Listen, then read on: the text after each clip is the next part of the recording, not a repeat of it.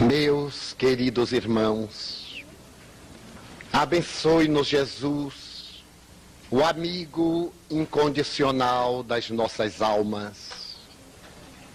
Eram profetas singulares, caracterizavam-se pelo disparate das suas afirmações. Søren Kierkegaard, não obstante a sua formação de filósofo e teólogo, estabeleceu uma diretriz de comportamento pessimista. E a sua mensagem, na segunda metade do século XIX, ofereceu uma visão trágica da realidade do homem na Terra, abrindo espaço para que outras personalidades trouxessem o contributo das suas aflições, das suas necessidades. Logo depois, Friedrich Nietzsche estabeleceria um conceito negativista, firmando-se no materialismo. Tinha da Terra também uma visão pessimista, asseverando que a vida era destituída de objetivo, não merecia a honra de ser vivida. E exatamente neste barato das opiniões aparece o pensamento de Sigmund Freud, arrebentando as amarras da hipocrisia ancestral e libertando a criatura da castração sexual, com objetivos elevados, que não obstante os seus princípios, deveriam resultar em uma degenerescência de comportamento ético. Mas no século XX, aqueles profetas que vieram mudar a estrutura da Terra, começaram a sua paisagem no mundo das artes, e tivemos a oportunidade de ver a figura desfigurar-se, e de imediato uma revolução que recebeu o contributo das escolas modernas, ensejando uma visão distorcida da realidade, apresentando a face da amargura, o semblante do problema e outras expressões da inquietação e do desespero humano. Na manifestação da arte, da representação na dramaturgia, tivemos a oportunidade de ver o pensamento lírico retornar através da tragédia. E observamos que na teatrologia a mentalidade aderiu aos temas mais congestivos e perturbadores da realidade humana, apresentando a distorção da realidade e dando uma visão naturalmente pessimista dos valores que deveriam servir de diretriz para a criatura humana.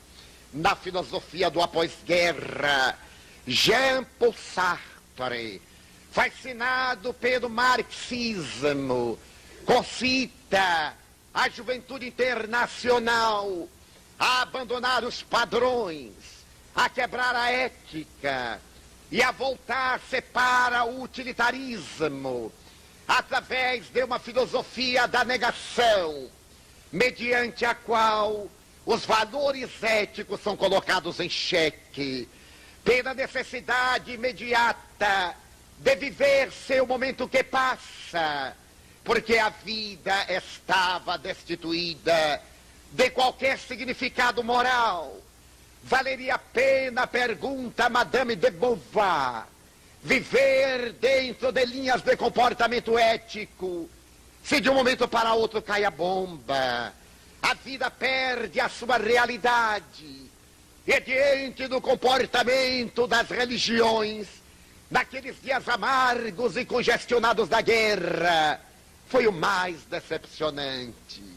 A segunda metade do século XX é caracterizada pela Guerra Fria, pelo pavor do extermínio da terra, por mais de 60 pontos de guerra, nos mais variados lugares dos quadrantes do globo. Era inevitável que o nosso comportamento se caracterizasse pela agressividade, pela violência.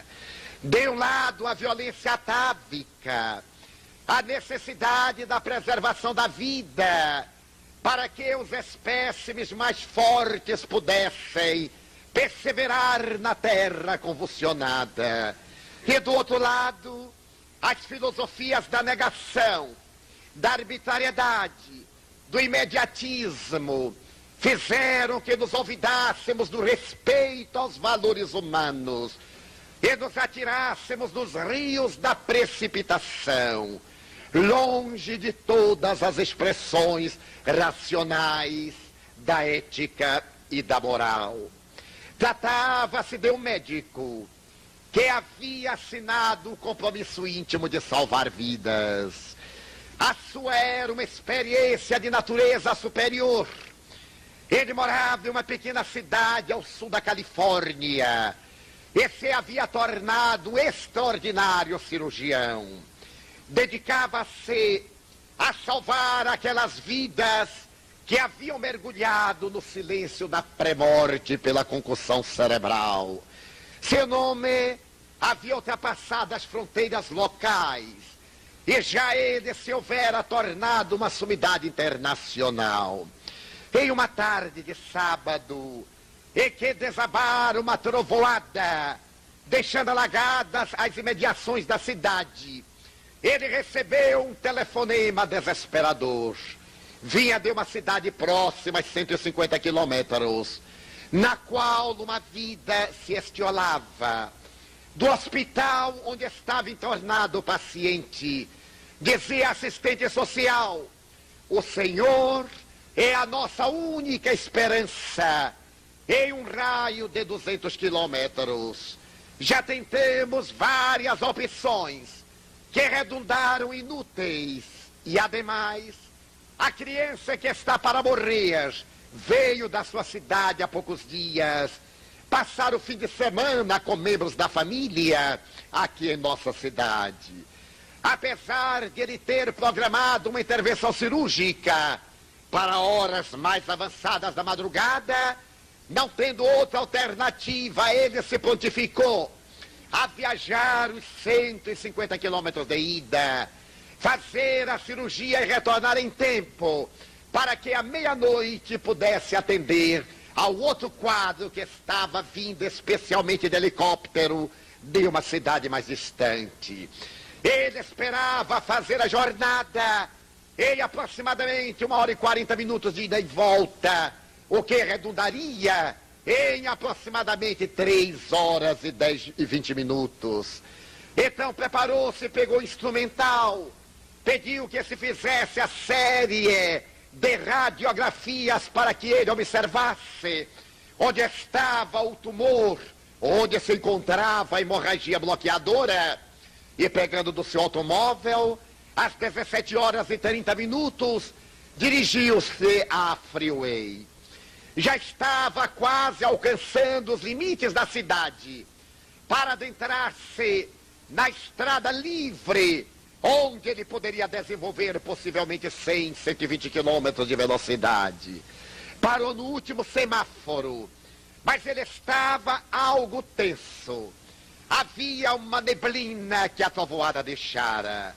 A visibilidade não era das melhores, quando repentinamente acercou-se dele, ao seu lado, um homem com expressão congestionada, e apontando no revólver disse-lhe: é um assalto, eu necessito do seu carro. Ele argumentou: eu sou médico, você deve ter visto aí no vidro dianteiro a minha insígnia. Eu estou viajando de emergência para salvar uma vida. E aquele homem de semblante carrancudo, a expressão caracterizada pela cólera, disse-lhe numa voz rouquenha: não tenho tempo. Eu matarei. Sem qualquer piedade, eu quero o seu carro. Mas, meu amigo, eu estou indo salvar uma vida. O homem deu-lhe uma coronhada e asseverou-lhe que eu mataria. Ele disse, mas recebeu um soco na face. O homem abriu a porta, colocou-lhe o revólver na direção do coração. Pediu-lhe que eu não olhasse, para não fazer mais tarde um retrato falado. Puxou violentamente e jogou no asfalto. Saiu em disparada. Ele ficou atordoado e, ao recobrar a lucidez, lembrava-se muito vagamente do semblante daquele verdadeiro animal. Mas um detalhe ficara-lhe impresso na consciência. O casaco de couro era um tipo de casaco de couro do meio oeste. Ele recobrou a serenidade e olhou o relógio. Eram 18 horas. Saiu quase a correr até o próximo telefone público. Ligou para casa. Pediu à esposa, mas ela não estava em casa. A empregada disse que assim que ele saíra, ela fora também atender a um compromisso de emergência. Ele ficou mais aturdido. Telefonou para o Centro Geral de Informações. Conseguiu o número de um telefone que lhe facultava um táxi. Quando o veículo chegou, eram 18 horas e 30 minutos. Ele se lembrou que poderia alcançar um trem que passaria naquela cidade aproximadamente às 21 horas e 30 minutos. A cidade para onde ele ia. Periodicamente ele pegava aquele trem, dirigindo-se a São Francisco. O táxi correu, deixou a estação. Ele logrou alcançar o trem. Quando chegou à cidade, eram quase 22 horas. Houve dificuldade no trânsito por causa da tempestade. As linhas férreas ficaram congestionadas, porque várias barreiras caíram e foi necessário desobstruí-las. Ele pegou imediatamente um táxi e correu ao hospital. Pediu ao táxi que se adentrasse pela parte inferior diretamente ao elevador do centro cirúrgico. Nem olhou quanto dera o taxímetro. Pagou $20. Subiu correndo a retirar de imediato o paletó, a camisa, e foi imediatamente para a sala de asepsia. Esperava encontrar a equipe preparada. Mas quando ele se dirigiu ao recanto para lavar-se, o diretor do hospital lhe disse, infelizmente, você chegou tarde demais. A criança, que é lá da sua cidade, morreu há apenas 10 minutos. Que pena que você não quis vir quando nós o chamamos. Ele não disse nada, tragou em seco. Uma revolta dominou-lhe agora a mente lúcida.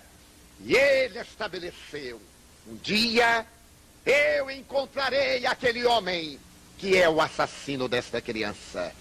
O bandido que me tomou o carro, é o que matou esta criança. Mas uma certa curiosidade para ver a criança levou a ir ao necrotério. Ele se dirigiu ao necrotério, colocou então as radiografias no visor e resolveu operá-la a si mesmo. Era uma cirurgia relativamente simples. Ele fez a cirurgia em menos de 20 minutos. Retirou o coágulo assassino.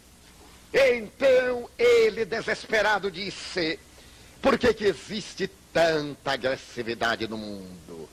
Por que a precipitação do ódio? Porque o homem deve ser o lobo do homem. Neste período da cultura, da civilização.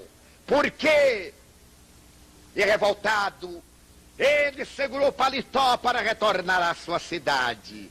Ainda teria tempo de alcançar o paciente que chegaria a 0 hora.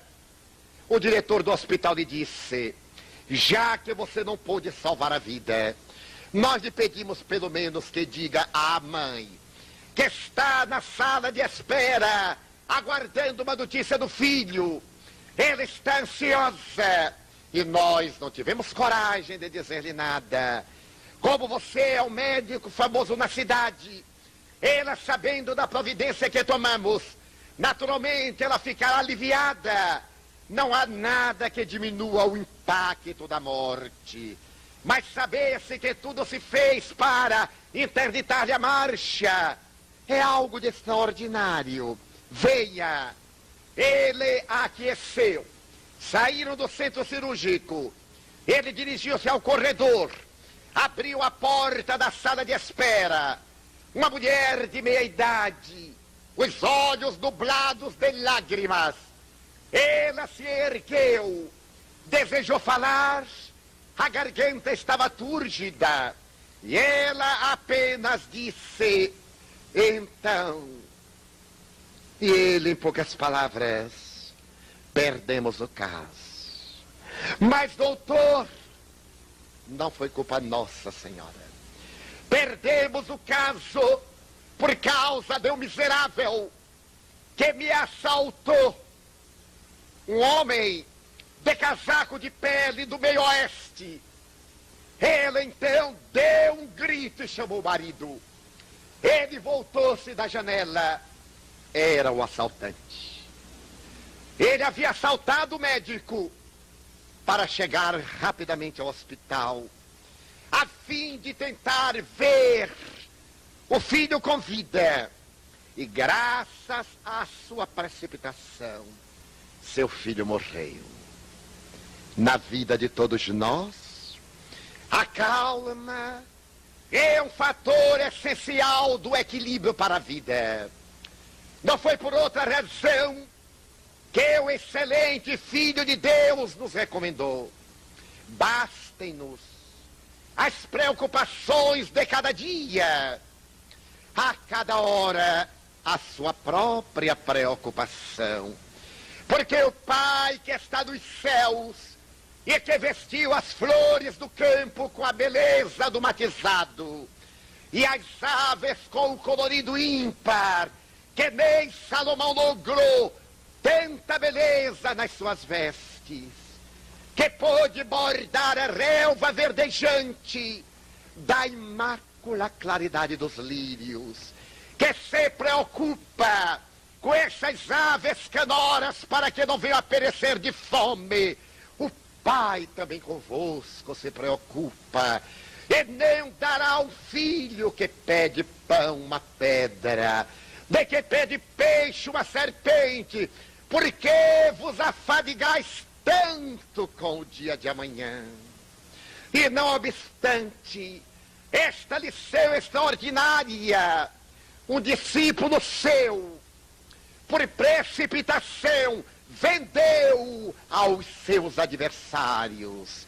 Iludido, Judas, o homem de Queriot, o único discípulo que era judeu, no meio de 11 galileus simples, o que era talvez o mais versado, o mais culto, vendeu o amigo, possivelmente esperando que o amigo reagisse e antecipasse a revolução a que se reportava dos seus memoráveis discursos diante das multidões emocionadas. E quando o filho de Queriot viu que ele se entregou à semelhança de uma ovelha que bale e marcha na direção do matadouro, caindo em si, diz Emmanuel, deu-se conta e correu imediatamente àqueles que o haviam seduzido, com as 30 moedas de prata que lhe queimavam as mãos. Ele disse, enganei-me, eu me enganei, porque acabei de vender sangue inocente. E os precipitados famanazes do crime disseram, isto lá é contigo, não temos nada com isso. Se tu vendeste sangue inocente, isto lá é contigo, é problema teu. Não queremos saber porque nós te pagamos pela vida que nos entregaste. E o aturdido filho de Queriot atirou as moedas que lhe ardiam nas mãos diante dos chamados príncipes, dos sacerdotes, saiu desesperado e precipitado, tomou de uma corda. E diante de uma figueira brava, pensou que ia fazer justiça com as próprias mãos, precipitando-se no fundo abissal da própria loucura. Por precipitação e medo, outro amigo negou: Simão, tu me amas? Eu te amo, Senhor, e tu sabes. Então, Simão, se tu me amas, apacenta as minhas ovelhas. Simão, tu me amas? Ó mestre, quanto eu te amo. Simão, apacenta as minhas ovelhas. Simão, tu me amas? Oh, eu já te disse que te amo. Então, Simão, apacenta as minhas ovelhas. E quando ele disse: é necessário que o Filho do Homem desça a Jerusalém, nós não deixaremos, Senhor.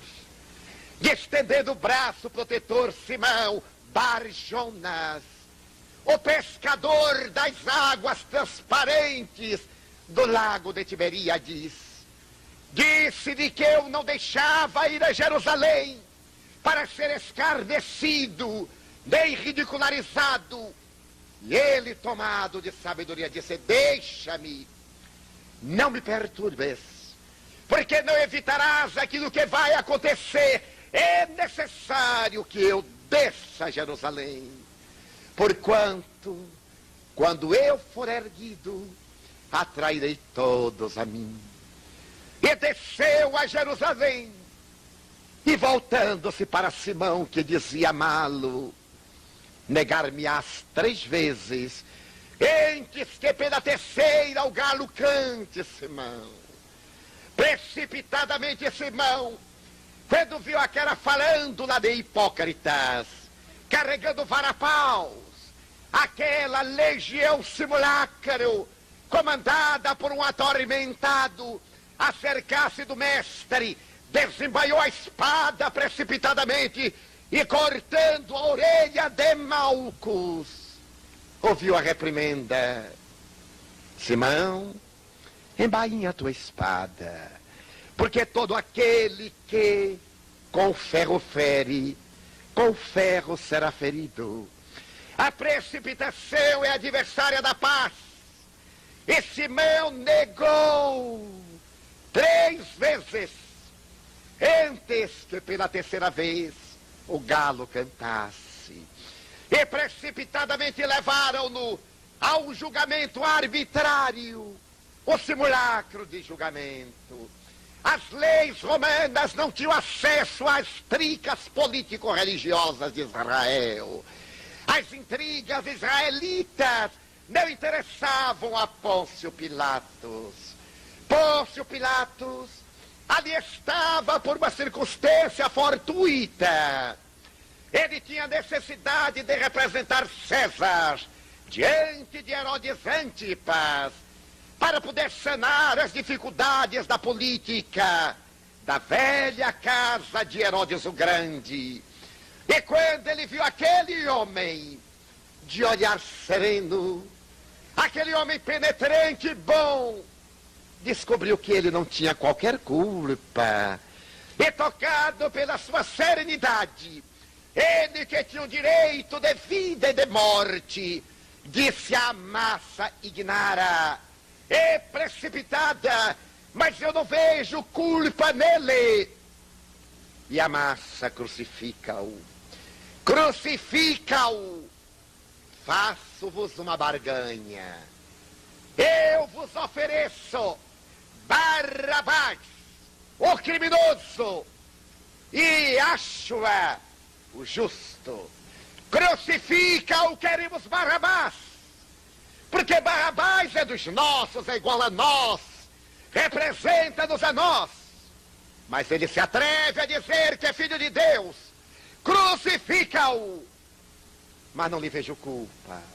E covarde, tomando de uma bacia de prata, com água que veio numa bilha de ouro, ele lavou as mãos, enxugando em tecido fino de linho da Babilônia.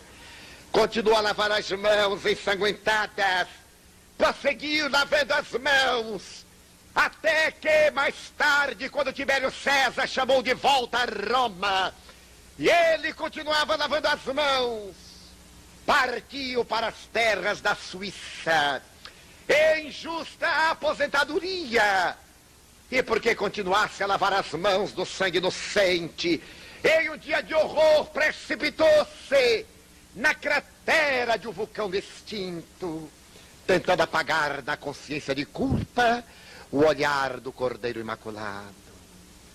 E ele foi levado a julgamento arbitrário. Levantado mais tarde, o julgamento simulado, para ver qual a culpa daquele crucificado, constatou-se que ele foi um crucificado sem culpa. A crucificação era então a medida mais terrível de punição das arbitrariedades e da delinquência, trazida ao Ocidente graças a Alexandre Magno. Ela era uma herança sórdida da Pérsia e da Média. Os romanos aprimoraram-na, porque em contacto mais tarde com os hebreus, estes estabeleceram que a crucificação era um meio agradável de libertar-se de todos aqueles indivíduos que perturbavam a paz das consciências mortas. E quando ele foi colocado diante de Pôncio Pilatos, para diminuir a sede de sangue, mandou que o flagiciassem. Quantas vezes leremos no Evangelho que ele foi flagelado? Quão poucas vezes nos detivemos a examinar o que é o flagício, como era que se flagelavam aqueles que iam morrer. Era uma sexta-feira, e logo mais começaria o sábado, em que Israel dedicava à evocação do repouso absurdo da deidade que eles haviam construído, os doutores, na antropomorfia de um Deus ocioso. E ele deveria morrer antes de chegar o momento em que o sol se deitava, iniciando o sábado. Pilatos mandou que o flagiciassem. O flagício era uma chibata de cabo de madeira, com 3 ordens de couro trançadas. Entre as várias tranças colocavam-se pedaços de ossos afiados, ou dentes de animais, e na ponta de cada um dos rédeos eram colocadas bolas de chumbo, para que elas entrassem nas carnes dilaceradas pelos ossos e fizesse que a hemorragia fosse abundante, a fim de diminuir as resistências daquele que deveria morrer, atado ao tronco como animal, despido diante da voracidade dos olhos cobiçosos e desesperados dos israelitas. Ele, gentio, deixou-se flagelar. O flagro, que era a chibata, deveria ser acionado simultaneamente por 2 legionários, que eram hábeis na arte de ferir, que se especializavam na técnica de rasgar as carnes. E enquanto um deles chibateava do ombro à cintura, o outro chibateava das coxas até as pernas. Em ritmos, elaboraram a necessidade de N chibatadas, de acordo com o crime permitido à lei, que o máximo suportável por um corpo humano seriam 39. E ele recebeu-as em número de 39. Ali atado, um deles açoitava-o do ombro à cintura e lanhava-lhe o corpo. E outro no sentido transversal, das nádegas às pernas, rasgando-as. nenhuma queixa. Em calma, em paz total, ele retorcia-se de dor, nenhuma palavra. E quando retiraram do tronco, Pilatos, desesperado, ainda tentando salvá-lo, disse, com lágrimas nos olhos, talvez: esse homem, eis o homem. Mas a sanha morbífica daquele povo desesperado continuou, e ele teve que ser jogado ao chão, coberto de escárnio. Ele já havia vestido a toga vermelha dos bobos, já havia sido coroado com a erva silvestre que se arranca das montanhas circunjacentes de Jerusalém, onde se atiram os despejos da cidade. Cravada a cabeça, ela trazia vírus e micróbios que iriam precipitar-lhe a morte na cruz, possivelmente de tétano. E então ele, depois de haver caminhado mais de 4 milhas, de Pôncio Pilatos para o sumo sacerdote, para Anás, Caifás, de um lado para outro, exaurido, foi jogado ao sepulcro, que era naturalmente uma prisão miserável, onde se enterravam vivos aqueles que tinham resistência para que, sobrevivendo, no dia seguinte fossem crucificados. Anátomo-patologistas realizaram um congresso mundial para verificarem o de que ele teria morrido. Porque o seu amor foi tão grande para dar a sua vida desta forma.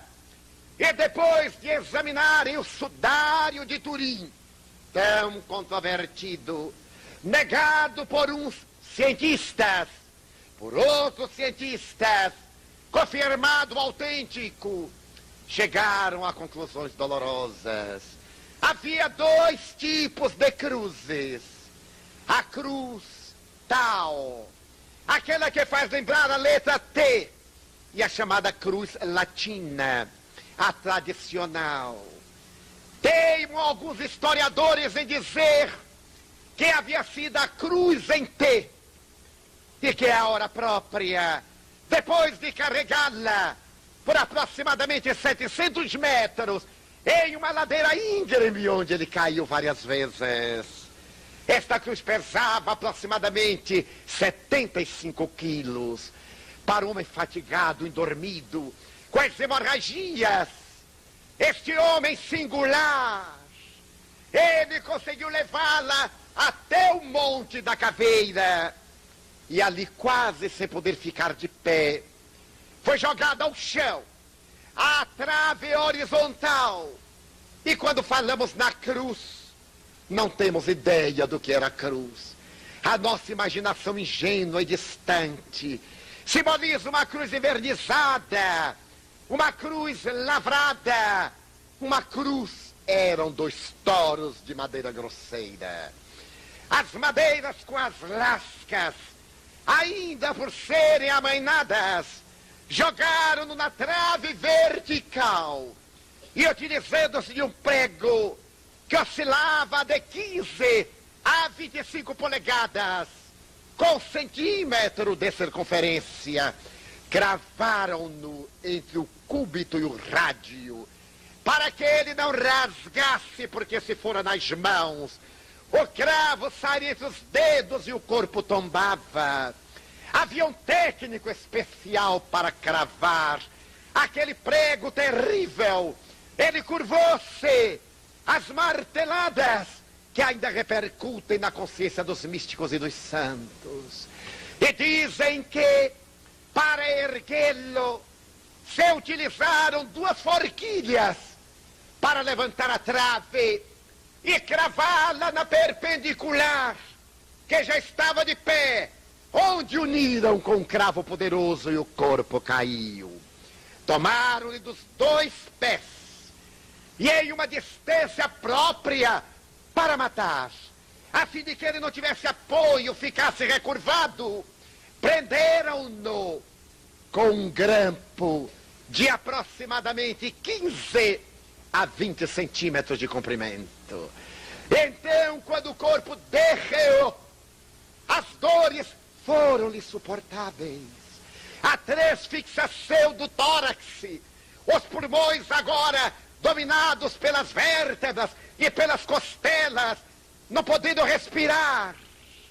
A sudorese de sangue, cientificamente comprovada, porejou-lhe na face crestada daquele sol maravilhoso da Galileia que ele tanto amava. A Galileia das pessoas simples, analfabetas, ignorantes e boas. A gentil Galileia dos rosais, das latadas em flor, dos miosótis azuis. A Galileia do céu transparente de Cafarnaum, dos trigais maduros ao vento, peteados pela brisa dos seus cachos de cabelos louros. A gentil Galileia, onde ele encontrara uma mulher aturdida por espíritos, e dela fizeram o protótipo da renovação, Maria de Migdol, ou Maria de Madalena. A gentil Galileia de João, de Filipe, de Tiago, de André, aquela Galileia romântica das vozes do mar, dos pescadores aboiando a sua canção e atirando as redes das águas piscosas. Ele parecia rever aquela paisagem querida das montanhas do Gelboé, a coroa de neves perpétua do Hermon, e lá longe o Monte Carmelo, a brisa perfumada das papoulas amarelas, vermelho-amareladas, e dos jasmineiros dando gargalhadas brancas nas noites estreladas de primavera perfumada. Queria respirar e não podia, pois que a sua morte se deu quase que instantaneamente à crucificação. Menos de 4 horas depois, tempo insuficiente para uma morte técnica, segundo aqueles patofisiologistas. Mas naquele momento, cá embaixo, à sombra da cruz, uma mulher estiolada, o manto azulasse a cabeça, o coração trespassado de dor, em agonia, sem precipitação, gritou: meu filho, que te fizeram os homens, meu filho? Ele escutou na acústica da alma aquele doce apelo. Pela sua mente, ele recordou-se de Nazaré. Nazaré é uma cidade que fica deitada nos montes baixos da Baixa Galileia. No seu tempo havia apenas uma fonte. Ele repassou a imagem daquela mulher jovem e bela, cântaro ao ombro, indo com ele à fonte para buscar água. Repassou a infância dourada, contemplando lá longe o vale do Esdrelon. E abriu os olhos agora amortecidos pela presença quase da morte.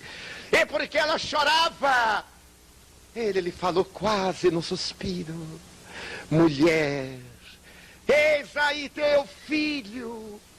E dirigiu o olhar a João, que era jovem um pouco mais do que o adolescente, que estava amadurecendo para entrar no período da razão. E para confirmá-lo: filho, eis aí tua mãe, rasgando os laços da família corporal, para inaugurar a família internacional do amor, a família universal. E então, quase naquele momento, a tormenta caiu, a terra tremeu.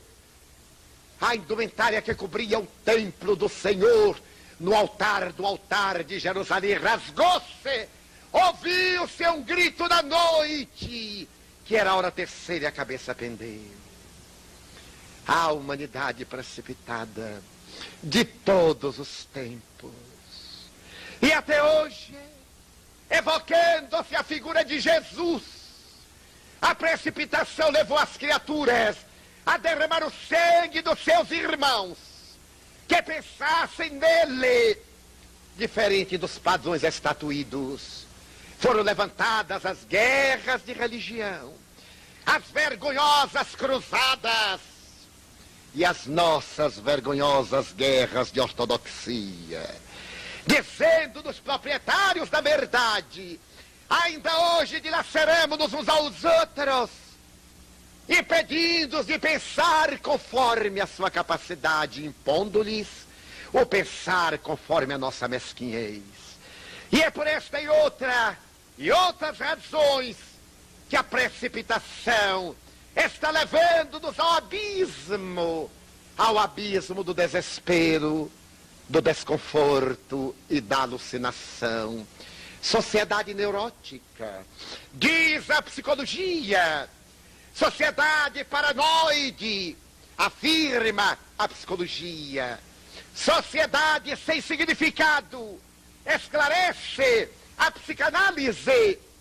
E o homem jornadeia aturdido, como escreveu muito bem Arthur Müller, na sua extraordinária dramaturgia da morte do caixeiro viajante. Copiando a vida, Arthur Müller estabelece no caixeiro viajante a biografia do homem contemporâneo. Ele tem que triunfar a qualquer preço. O triunfo na terra é muito importante, a posição social, o mando, o autoritarismo, o desgoverno da emoção, escrava da sensação. E Arthur Müller coloca em Luma, a personagem central, a realidade da nossa caricatura humana. Luma era um homem comum, que foi trabalhar numa empresa e que ambicionou crescer na empresa. Ele tinha que dar conforto à esposa, tinha que dar aos filhos comodidade, tinha que ganhar o mundo para que o mundo desse felicidade à família. Progrediu, ele traiu, ele mentiu, ele enganou, ele vendeu o produto, cresceu, e cresceu, triunfou, mudou do bairro em que morava para uma zona residencial elegante, mudou depois para uma classe mais elevada, comprou uma mansão, registrou-se num dos clubes mais fechados da cidade, tornou-se vice-presidente da empresa. Faltava o passo final, a presidência. Mas para atingirmos determinados degraus é necessário empurrar quem está à frente, derrubar para tomar o lugar, colocar os pés no lugar deixado pelo que foi derrubado. E Luma, para triunfar, não tinha escrúpulos. O mundo diz, o importante é ter, enquanto Jesus falava, o principal é ser. E Luma cresce. Quando ele está preparado para o passo final, os diretores da empresa reúnem-se e propõem-lhe a aposentadoria. Está na hora de descansar. Você já conseguiu tudo o que desejava, mas eu quero ser presidente. Qual nada. Você agora vai gozar. Necessita de fazer uma viagem, uma ilha paradisíaca. Você trabalha há quase 40 anos, mas eu estou na plenitude das minhas funções. Eu sou um homem de apenas 60 anos. Luma, temos que colocar o mais jovem. Você compreende? Nós já estamos cansados. Você vai ter uma remuneração muito alta, o salário de presidente. Mas eu quero ser presidente. Luma, meu amigo, você não tem mais garra. Aos 60 anos, a criatura. Mas eu estou no pleno uso das minhas funções. O olhar da empresa, dos diretores, sorria de diferença, porque a máquina empresarial não tem compaixão de ninguém. O computador não tem cérebro, porque o seu é mecânico. Nem coração, porque lhe deram a possibilidade de ter um cérebro para fazer cálculos, mas não colocaram um coração, porque o máximo que ele consegue é um vírus que o contamina e destrói, como as criaturas humanas de cérebro vazio. Luma, e ele mata-se Porque o precipitado, sua vida foi agitada, a sua busca foi negativa, a sua carreira foi alucinada. Ele era a sociedade, mata-se, deixa uma carta à sua esposa, aos seus filhos, bajulem os poderosos, mintam, conquistem seu lugar. Não vale a pena ser humilde. Somente aqueles que sabem ser servis e hipócritas triunfam. A carta que ele deixa à família é uma peça de pessimismo, inspirada em Nietzsche, em Kierkegaard, em Paul Sartre, no pensamento pessimista, imediatista do materialismo. Ele parte e deixa este exemplo da fragilidade humana, porque toda precipitação leva a lugar nenhum do abismo de si mesmo. Enquanto Jesus diz-nos: eu venci o mundo, vinde a mim. Outros gritam: é necessário vencer no mundo. E para vencermos no mundo, as armas tradicionais são a calúnia covarde soez, a acusação gratuita e pérfida, a hipocrisia disfarçada de sorrisos, como diz o Evangelho segundo o Espiritismo, verdadeiro covil, onde medram e multiplicam-se o veneno, o fel e a sordidez. E Jesus continua dizendo: eu venci o mundo. E para que nós vencêssemos seus herdeiros, ele nos deu a doutrina espírita, o Consolador. Já dissemos algures, e não será demais repeti-lo. Retornando de uma larga viagem pela Flórida, há 6 anos atrás, contraímos uma virose. E como tínhamos um problema cardíaco, ao chegar à cidade do México, contraímos outra virose, que estava no ar como resultado do terremoto. Ainda a poeira que pairava na atmosfera da cidade fez-nos um grande mal. E do avião à alfândega, ao contrair este vírus que eu me não dei conta, eu comecei quase a estertorar. E disse: meu Deus, que coisa estranha. Uma larga programação de 6 dias, com algumas viagens partindo da capital do México, me aguardava. Então eu segurei o carrinho de bagagem, parei, orei e disse: deve ser da altitude. A cidade do México são quase 1.200 metros acima do nível do mar. E isso me afetou. Então parei. Mas o mal-estar foi não crescendo. E eu tenho o hábito de conversar com Jesus. Ele às vezes não responde porque está ocupado com outros, mas eu converso a si mesmo. Eu sei que fica registrado lá para os intermediários. E ele disse: mas o que é isto, meu garoto? Você manda que eu venha cá e me arranja esse problema que eu ainda não sei o que é. Venha correndo. Mas se estiver ocupado, mande o que achar. Mas mande. Então consegui desembaraçar-me da alfândega. E ao chegar à porta estavam os amigos. E eu lhes disse: levem-me a um cardiologista. Por quê? Eu digo: é uma medida cautelatória, eu necessito de renovar a medicação. E naturalmente para comprar os remédios eu gostaria de ter uma receita. Um cardiologista espírita, o doutor Castelhanos, que era meu amigo, recebeu-me e me perguntou: mas o que você tem? Eu disse: o senhor é que vai me dizer. Eu posso lhe dar os sintomas, porque agora está tudo errado, doutor Castelhanos. Se a gente vai ao médico e diz o que é que tem, ele só faz sorrir. Eu sei isso mesmo. Eu quero que o senhor diga o que é que eu tenho para eu conferir. Ele tomou a pressão, estava baixa, tomou o pulso, estava alto. Essa coisa estranha, pressão baixa e pulso alto. Eu digo: é coisa de médium. Deixe para lá. Medicou-me, me disse: repouso absoluto. Mas eu tinha uma conferência à noite. Daí a 2 horas eu estava com 40 graus de febre da virose. Deitado, pedi aos amigos que me deixassem repousar no quarto de hotel. Quando me apareceu Joana de Ângeles, ela apareceu me sorrindo e me perguntou, jovial como toda monja: Olá, meu filho. Que te passa? Quando ela me chama na segunda do singular, eu já sei que a coisa não está muito boa. Eu disse, minha irmã, que me passa? Eu estou aqui arrasado. E que fazes? Estou repousando. Então vamos trabalhar, Divaldo. Eu disse, minha irmã, mas eu estou tão mal. Por isso mesmo. Porque desencarnarás trabalhando. Eu digo, mas seria melhor desencarnar repousando. Ela disse, vem trabalhar. Chama a portaria, pede papel e lápis que nós queremos trabalhar. Eu quero escrever um livro nestes 5 dias. Eu digo, a senhora deve estar brincando. Ela disse, não, meu filho, eu aqui estive destas paragens, no querido convento de São Jerônimo. Eu parti da terra aqui pelo cólera morbus. E gostaria de agradecer a Deus a honra dessa terra mexicana. E tu me vais ajudar. Não vais? Eu disse, minha irmã, mas é lógico que eu vou ajudar.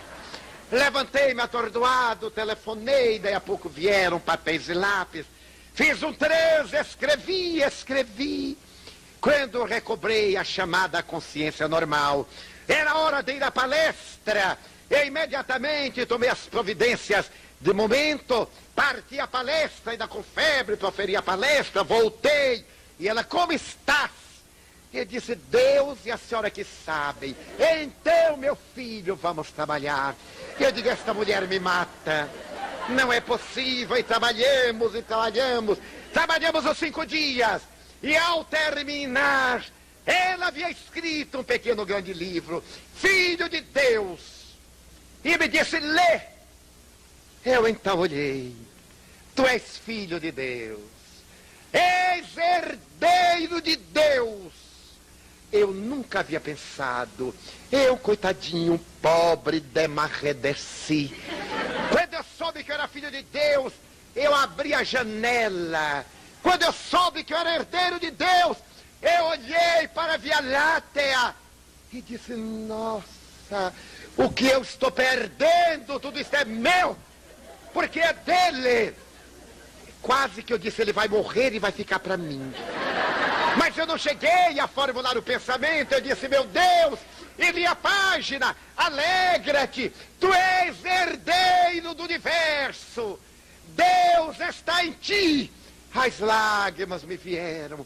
Tu és saúde, a doença é acidente de trânsito da jornada carnal. O importante é chegar ao porto. Ninguém te perguntará como chegaste, mas todos dirão, tu chegaste, estás em paz? Sim, depois é que te perguntarão como foi a viagem e como foste. Será importante saber como foi a viagem? Anota, meu filho, tudo que termina bem está sempre muito bem, mas nem tudo que transcorreu bem, quando termina mal, está bem. Como estás agora? Eu digo, estou mal, bem. Porque continuo doente, mas está terminando tudo muito bem. Ela disse, confia em Deus, porque Ele te ama. E tu o amas. Olhando o céu nebuloso da cidade do México, ouvindo uma canção ao longe, eu me debrucei no parapeito da janela na madrugada silenciosa do coração e disse, eu amo, mas tende, Senhor, piedade de mim e aumenta a minha fé. Nunca mais me esqueci. E naquela noite ela me disse, nunca te precipites, porque a precipitação é a presença do mundo na alma. Quem conhece Jesus, crê, ama, serve, passa e tem calma. Já que a doutrina espírita te luariza o céu da alma, confia e espera. O que não logres hoje, persevera. Amanhã chegará. O que não consigas agora, na próxima reencarnação faloás.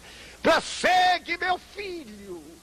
E quando cheguei neste bendito recinto de André Luiz, a alma generosa de Lígia Banhos me disse: diga aos queridos amigos do André, para perseverar em paz, em calma, em confiança, perseverar sempre, e acolitada pelos legionários do bem que passaram por esta casa, enquanto vozes materiais cantavam, eu ouvia também o canto deles, recordando velhos dias de luta no mundo e de paz nesta casa, de precipitação lá fora e de calma no santuário, de guerra e de harmonia, de luta e de fraternidade, porque quem encontrou Jesus nunca mais é o mesmo. Quem o viu passar apenas viu, mas quem o encontrou nunca mais é o mesmo, porque ele atrai, arrebata, conduz.